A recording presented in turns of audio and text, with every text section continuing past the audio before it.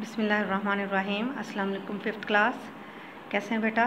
कल हमने पढ़ा था देखो नाच रहा है मोर, उसकी रीडिंग की थी और उसको समझा था।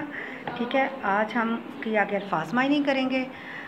बाकी की एक्सरसाइज है जो वो हम करेंगे इंशाल्लाह। ठीक है, पेज को रेडी कीजिए जैसे आप स्कूल में करते थे, इसी तरह मार्जिन लाइन लगाएं, जमात का काम लिखें, तारीख़ लिखें। तारीख़ आज क्या है? 24 जून है 2020। जमात का काम और दिन कौन सा है? बुध।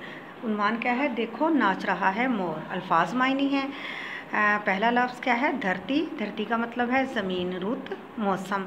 चनोर परों या बालों का गुच्छा जिससे मक्खियाँ उड़ाते हैं, यानी जैसे जिसको हम गर्मियों में हम लोग पंखी हमारे घरों में इस्तेमाल होती है ना, उससे हम लोग यूँ हवा देते हैं। वो परों का गुच्छा ले लो या बालों का गुच्छा ले लो या किसी चीज़ का जिससे ऐसा बनाया जाए जिससे हवा दी जाए। ठीक है।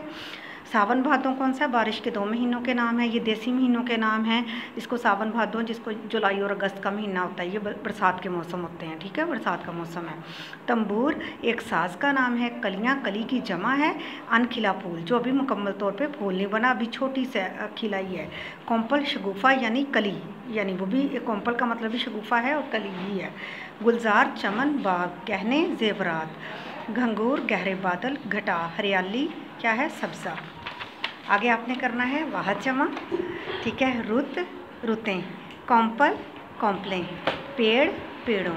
अब कुछ अल्फाज ऐसे हैं जमा हैं, उनके आपने वाहद बनाने हैं। जमा वाहद गहने गहना, कलियाँ कली, चिड़िया चिड़िया।